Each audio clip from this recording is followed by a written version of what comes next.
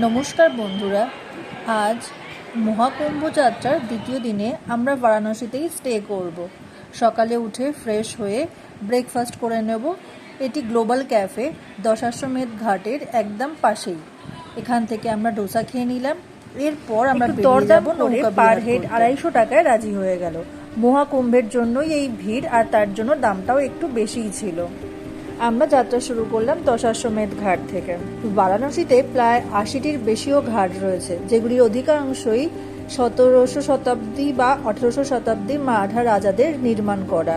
প্রতিটি ঘাটের পিছনেও রয়েছে এক একটি গল্প, এক একটি বিশ্বাস আর এক একটি ঐতিহ্য।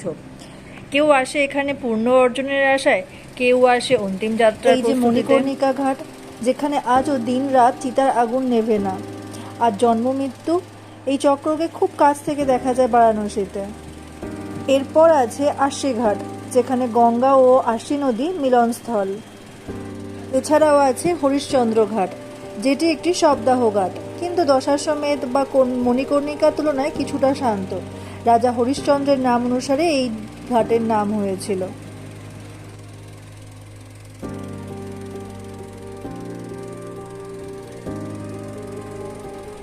এরপর আমরা চলে যাব লাঞ্চ করতে। লাঞ্চের জন্য ফার্স্ট প্রায়োরিটি ছিল অন্নপূর্ণা দেবীর মন্দিরের ভোগ, কিন্তু সেটা আর হয়ে ওঠেনি, খুব ভিড় ছিল। এই রেস্টুরেন্টেই থালি অর্ডার করে নিলাম। সন্ধ্যায় আজও আবার বেরিয়ে পড়েছিলাম ঘাটের দিকে। এত লোকের ভিড়, ঘাটে সারি সারি নৌকা দাঁড় করানো আছে। জায়গাটা খুবই স্নিগ্ধ শীতল, সবারই এইরকম একটা পরিবেশ খুবই ভালো লাগবে। আর বারাণসী এইরকম একটা পরিবেশের জন্যই বিখ্যাত।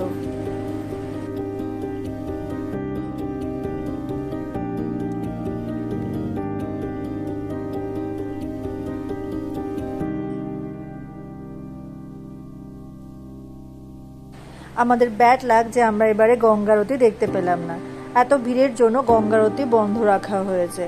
এই যে ঘাটটা দেখছেন, এইখানেই গঙ্গারতি করা হয়।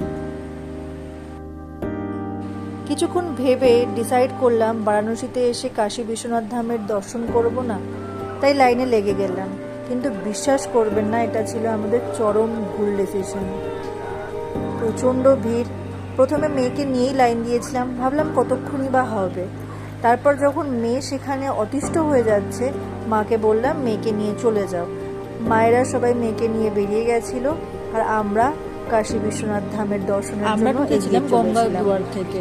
এছাড়াও ছিল বিশ্বনাথ দুয়ার, অন্নপূর্ণা দুয়ার, সরস্বতী দুয়ার আর ধুন্দিরাজ। মন্দির প্রাঙ্গণে অনেক ক্যাফে আর রেস্টুরেন্ট ছিল। এছাড়াও ছিল বেশ কিছু আরও মন্দির, যেমন মা অন্নপূর্ণা দেবীর মন্দির, কালভৈরবের স্থল, গঙ্গা মন্দির।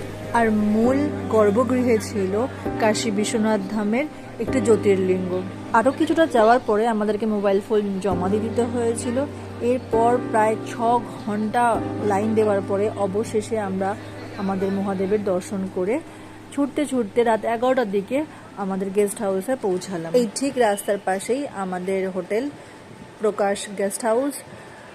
আপনারা চাইলে এখানে কন্ট্যাক্ট করে রুম বুক করতে পারেন। Thank you.